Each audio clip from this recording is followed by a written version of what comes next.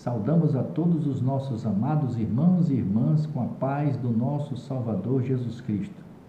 Sejam bem-vindos a mais um estudo da Palavra de Deus. Antes de iniciarmos, vamos fazer uma breve oração. Maravilhoso Deus, Pai Criador dos céus, da terra e do mar, aqui estamos, eu, meus irmãos e minhas irmãs, diante do Teu trono. Primeiramente, te pedindo perdão dos nossos pecados. Conceda-nos o Espírito Santo, para que Ele nos ajude no entendimento da Tua Palavra e nos dê paz, mansidão, domínio próprio, para nos ajudar a vencer o pecado. É o que te pedimos e te agradecemos em nome de Jesus. Amém. Vamos estudar sobre depois do dilúvio, ou após o dilúvio. O que aconteceu após o dilúvio? As águas subiram 15 côvados acima das mais altas montanhas, aproximadamente uns 10 metros acima da mais alta montanha. Então não tinha como alguém sobreviver. Pareceu muitas vezes a família que estava dentro da arca que deveriam perecer, tendo sido o seu barco durante 5 longos meses arremessado de um lado para outro, aparentemente por conta do vento e das ondas. Foi uma prova severa, mas a fé de Noé não vacilou, pois tinha certeza de que a mão divina estava ao leme. Começando a baixar as águas, o Senhor fez com que a arca flutuasse para um lugar protegido por um grupo de montanhas que, por seu poder, haviam sido preservadas. Essas montanhas estavam a pouca distância uma das outras, e a arca moveu-se em direção àquele abrigo calmo. E não mais foi levado sobre o ilimitado oceano. Isto deu grande alívio aos viajantes cansados e arremessados pela tempestade. Noé e sua família ansiosamente esperaram o recuo das águas, pois almejavam sair de novo à terra. 40 dias depois que os altos das montanhas se tornaram visíveis, enviaram um corvo, ave de fino olfato, para revelar se a terra se tornava enxuta. Esta ave, nada encontrando senão água, continuou a voar da arca para fora e de fora para a arca. 7 dias mais tarde, uma pomba foi enviada, a qual, não encontrando onde pousar, voltou à arca. Noé esperou mais 7 dias e de novo enviou a pomba. Quando ela voltou à tarde com uma folha de oliveira no bico, houve grande regozijo. Depois, Noé tirou a cobertura da arca e olhou, e eis que a face da terra estava enxuta. Gênesis 8:13. Ainda ele esperou pacientemente dentro da arca. Havendo entrado por ordem de Deus, esperou instruções especiais para retirar-se. Confinalmente o anjo desceu do céu, abriu a pesada porta e mandou o patriarca e sua casa saírem à terra e tomarem consigo todos os seres vivos. Na alegria de seu livramento, Noé não se esqueceu daquele por cujo gracioso cuidado haviam sido preservados. Seu primeiro ato ao deixar a arca foi construir um altar e oferecer toda espécie de animal e ave limpa um sacrifício, manifestando assim sua gratidão para com Deus pelo livramento e sua fé em Cristo, o grande sacrifício. Esta oferta foi agradável ao Senhor e uma bênção resultou não somente ao patriarca e sua família, mas a todos os que vivessem sobre a terra. Gratidão, né, meu irmão e minha irmã? É isso que nós temos que ter todos os dias, ao levantar, ao deitar, quando for comer, fazer orações de gratidão a Deus por tudo. E o Senhor cheirou o suave cheiro e disse o Senhor em seu coração: não tornarei mais a amaldiçoar a terra por causa do homem, enquanto a terra durar, sementeira e seca e cega, o frio, o calor, e verão e inverno, o dia e noites não cessarão. Gênesis 8, 21, 22. Aqui havia uma lição a todas as gerações que se sucedessem. Noé saíra para uma terra desolada, mas antes de preparar uma casa para si, construiu um altar para Deus. Ele pensou primeiro em Deus. Seu suprimento de gado era pequeno e havia sido preservado com grande despesa. Contudo, deu alegremente uma parte ao Senhor, em reconhecimento de que tudo era dele, tudo era de Deus, tudo é de Deus. De modo semelhante, deve ser o nosso primeiro cuidado, render nossas ofertas voluntárias a Deus. Toda manifestação de sua misericórdia e amor para conosco deve ser gratamente reconhecida, tanto por atos de devoção como por meio de dádivas à sua causa.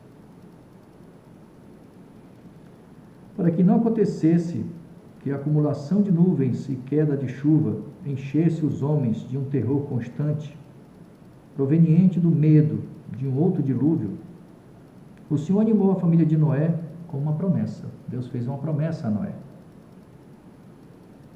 Eu convosco estabeleço o meu concerto, não haverá mais dilúvio para destruir a terra. O meu arco, tendo posto na nuvem, este será por sinal do concerto entre mim e a terra, o arco-íris. E acontecerá que quando eu trouxer nuvens sobre a terra, aparecerá o arco nas nuvens, e eu o verei, para me lembrar do concerto eterno entre Deus e toda a alma vivente. Gênesis 9, de 11 a 16. Quando eu vejo o arco-íris, meu irmão, eu digo: Senhor, obrigado. Eu não esqueço da sua promessa. É isso que eu digo para ele. Quão grande é a condescendência de Deus e sua compaixão por suas criaturas falíveis, colocando assim o belo arco-íris nas nuvens como sinal de seu concerto com os homens. O Senhor declara que, ao olhar ele, o arco, lembra-se-á de seu concerto. Isto não implica que houvesse de esquecer-se. Ele, porém, fala-nos em nossa linguagem para que melhor o possamos compreender. Era o propósito de Deus que, quando os filhos das gerações posteriores perguntassem a significação do arco glorioso que abrange os céus, repetissem seus pais a história do dilúvio. E lhes dissessem que o Altíssimo distendeu o arco e o colocou nas nuvens como uma segurança de que as águas nunca mais inundariam a terra. Assim, de geração a geração, testificaria do amor divino para com o homem e fortaleceria sua confiança em Deus. No céu, uma semelhança de arco-íris rodeia o trono e, estendendo-se como uma abóbada por sobre a cabeça de Cristo, diz o profeta. Como o aspecto de arco que aparece na nuvem no dia da chuva, assim era o aspecto do resplendor em redor do trono. Este era o aspecto da semelhança da glória do Senhor. Ezequiel 1, 28. O escritor do Apocalipse, João, declara: Eis que um trono estava posto no céu, e um assentado sobre o trono, e o arco celeste estava ao redor do trono. E parecia semelhante a esmeralda. Apocalipse capítulo 4, verso 2 e 3. Quando o homem, pela sua grande impiedade, convida os juízos divinos, o Salvador, intercedendo junto ao Pai em seu favor, aponta para o arco nas nuvens, para o arco celeste em redor do trono e acima de sua cabeça como sinal de misericórdia de Deus para com o pecador arrependido. Isso é o que Jesus faz por nós. Com a certeza dada a Noé com relação ao dilúvio, o próprio Deus ligou uma das mais preciosas promessas de sua graça.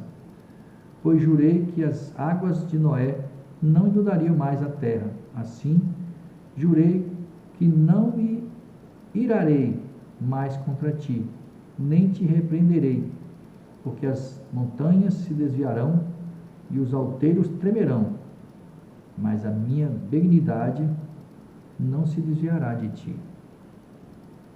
E o conserto da minha paz não mudará, diz o Senhor. Deus não muda, que se compadece de ti. Isaías 54, 9 e 10.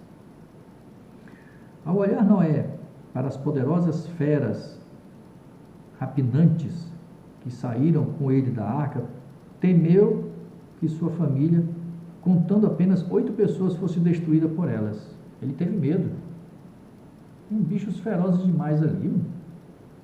Mas o Senhor enviou um anjo a seu servo com a mensagem asseguradora: e será o vosso temor e o vosso pavor sobre todo o animal da terra e sobre toda a ave dos céus, tudo o que se move sobre a terra e todos os peixes do mar, na vossa mão são entregues.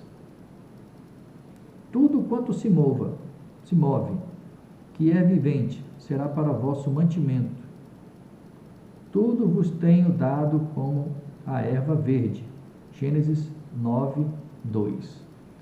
Não podemos esquecer que o propósito de Deus, no princípio, é que a nossa alimentação fosse de frutas, nozes, legumes, né? Hoje nós comemos carne porque, devido à terra que estava destruída, não tinha como. Vamos ver aqui, em Gênesis 1, 29. Olha o que diz aqui.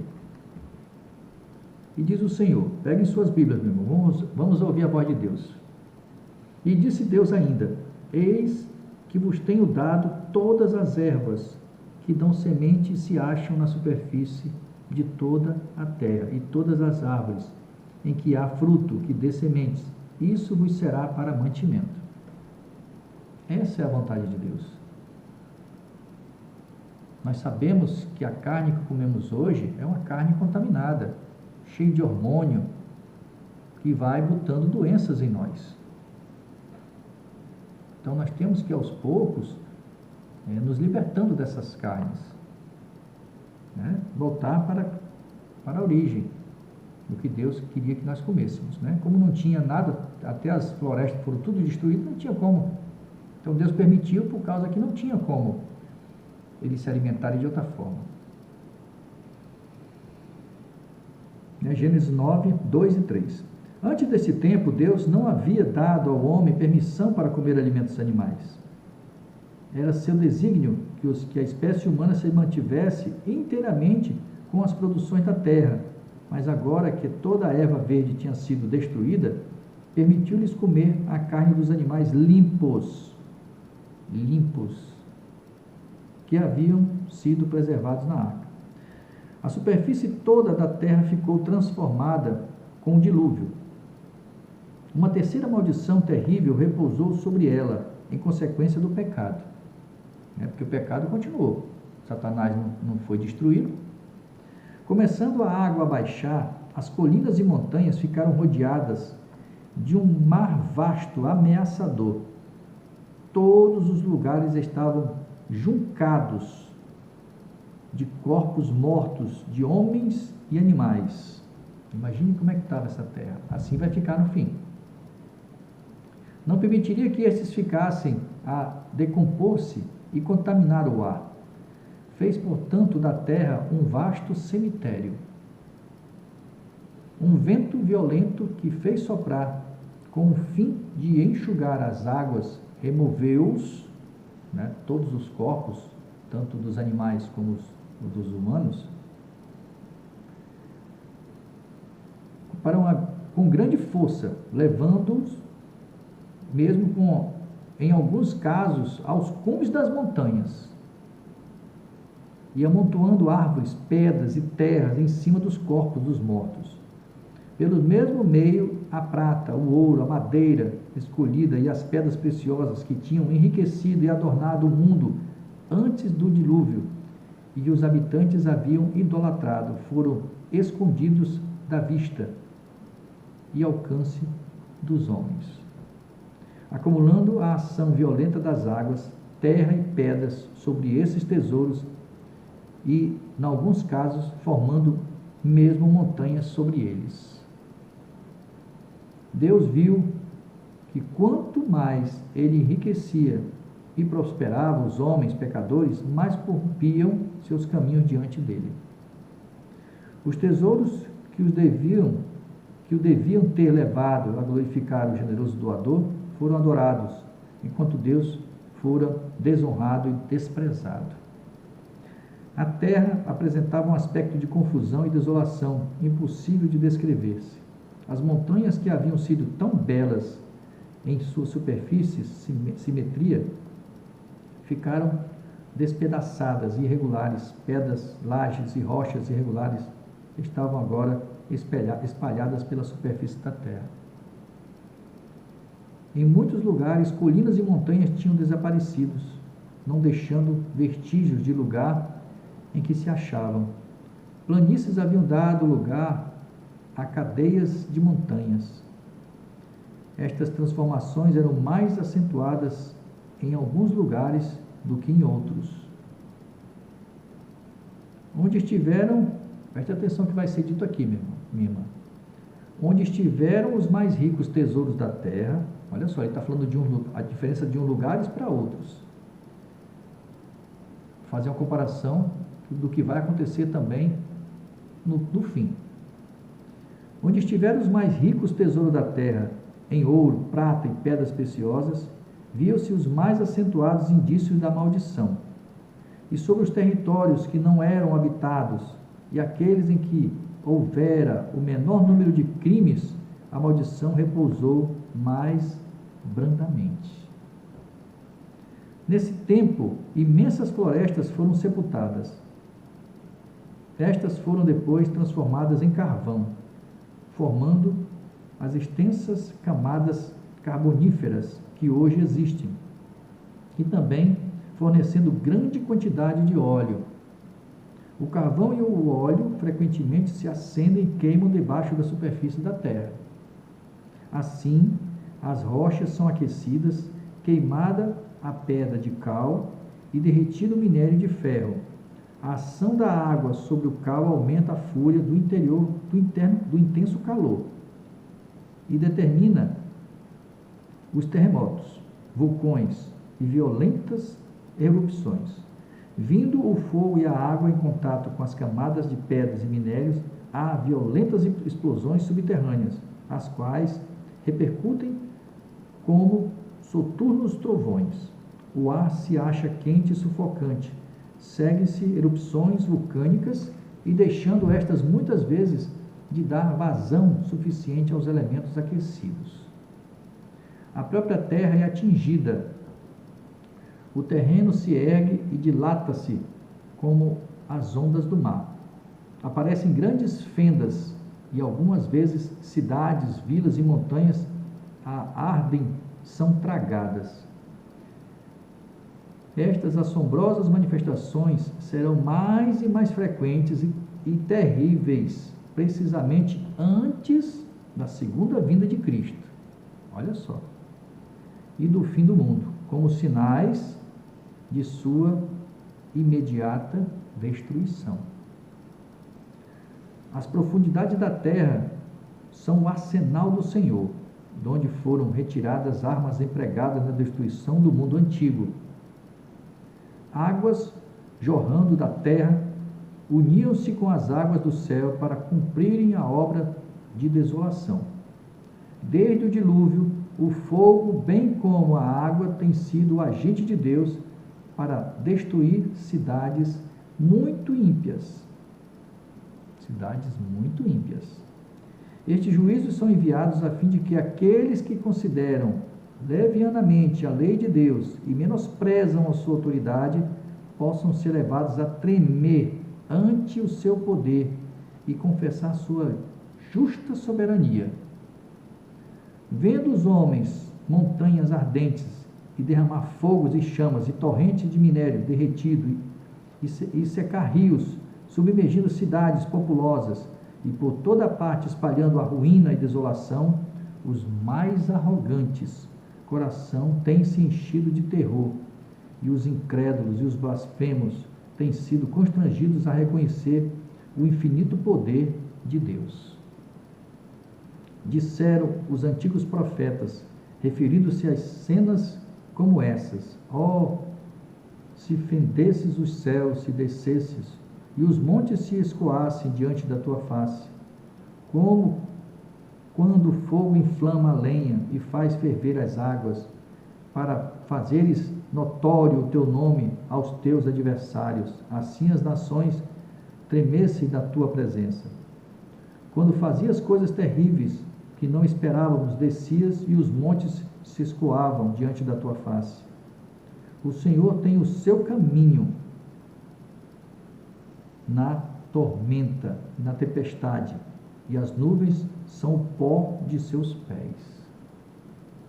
Ele repreende o mar e o faz secar, e esgota todos os rios. Naum, capítulo 3, versículo 3 e 4. Manifestações mais terríveis do que as que o mundo jamais viu, olha só. Manifestações mais terríveis do que as que o mundo já viu serão testemunhadas por ocasião da segunda vinda de Cristo. Terríveis como nunca houve. Os montes tremem perante ele, e os outeiros se derretem, e a terra se levanta na sua presença. O mundo e todos os que nele habitam, quem parará diante do seu furor? E quem subsistirá diante o ardor da sua ira? Naum, capítulo 1, 5 e 6. Abaixa, ó Senhor, os teus pés, e desce, toca os montes, e fumegarão. Vibra os teus raios, e dissipa-os entre as tuas flechas, e desbaratai-os. Salmo 144, versículos 5 e 6. Farei aparecer prodígios em cima do céu, e sinais embaixo da terra, sangue e fogo e vapor de fumo. Atos, capítulo 2, verso 19. Viu o que ele está dizendo? Fareis aparecer prodígios em cima do céu e sinais embaixo da terra. Nós temos que estar observando as coisas que estão acontecendo. Os sinais. Vamos observar, vamos olhar para cima, olhar a lua, olhar as estrelas, olhar o que está acontecendo no mundo, o que está acontecendo diferente no mundo, como nunca houve. Nós temos que estar acordados, meus irmãos e minhas irmãs. E houve vozes e trovões e relâmpagos e um grande terremoto, como nunca tinha havido desde que há homens sobre a terra. Tal foi esse tão grande terremoto. E toda a ilha fugiu, e os montes não se acharam. Olha que terremoto é esse. Que montes vão cair, vão ficar embaixo. Como nunca houve um terremoto. E sobre os homens caiu do céu uma grande saraiva de pedra de peso de 1 talento. Apocalipse capítulo 16, verso 18, 20 e 21. Pedra de quase 35 quilos, meu irmão, caindo dos céus. Unindo-se aos raios do céu com fogo na terra, as montanhas arderão como uma fornalha e derramarão terríveis correntes de lava, submergindo jardins e campos, vilas e cidades, massas fervilhantes derretidas, ao serem arremessadas nos rios, farão com que as águas entrem em ebulição, arremetendo rochas maciças com indescritível violência e espalhando seus fragmentos sobre a terra. Rios tornar-se-ão secos, a terra se convulsionará, por toda parte haverá tremendos terremotos e erupções. Assim destruirá Deus os ímpios da terra, mas os justos serão preservados. Nós seremos preservados, meu irmão, se nós não desprezarmos a palavra de Deus. Deus nos protegerá, nada acontecerá com a gente. Quando a porta da graça se fechar, quando Jesus sair do lugar santíssimo e dizer, está feito. Isso está lá em Apocalipse capítulo 8, verso 1 até o versículo 6. No versículo 7, já os anjos estão todos, os 7 anjos perfilados, prontos para tocar as trombetas, para que as pragas permitidas a Deus, para que Satanás atue, Um terço de cada trombeta vai ser uma destruição de um terço da terra, porque Satanás é o anjo da terça parte. Mas nós seremos preservados, porque nós seremos selados com o selo de Deus vivo. Isso está lá em Apocalipse capítulo 7, verso 2. É o único versículo e capítulo que fala do selo do Deus vivo. É no selamento. Mas os justos serão preservados em meio dessas comoções, como foi Noé na arca, nós seremos preservados. Deus será o seu refúgio, e sob suas asas eles estarão confiados. Diz o salmista, porque tu, ó Senhor, és o meu refúgio, o Altíssimo é a tua habitação, nenhum mal te sucederá. No dia da adversidade me esconderá no seu pavilhão, no oculto do seu tabernáculo me esconderá. A promessa de Deus é: pois que tão esclarecidamente me amou, também eu o livrarei. Pô-lo-ei no alto retiro, porque conhece o meu nome. Eu e você, nós conhecemos o Senhor. Devemos conhecer o Senhor. Temos que examinar, meu irmão e minha irmã, as Escrituras Sagradas. Estudar, marcar. Bíblia, meu irmão, minha irmã, tem que riscar. Tem que riscar, senão não aprende. Tem que marcar. E assim a gente vai gravando as passagens na nossa mente. Então nós conhecemos o Senhor. Vamos ver aqui o que diz em Salmo 91, 9. Salmo 91, verso 9. Diz assim: pois disseste, o Senhor é o meu refúgio, fizeste do Altíssimo a tua morada, nenhum mal te sucederá, praga nenhuma chegará à tua tenda. 9 e 10, 14, porque a mim se apegou com amor, eu o livrarei, pô-lo-ei a salvo, porque conheço o meu nome.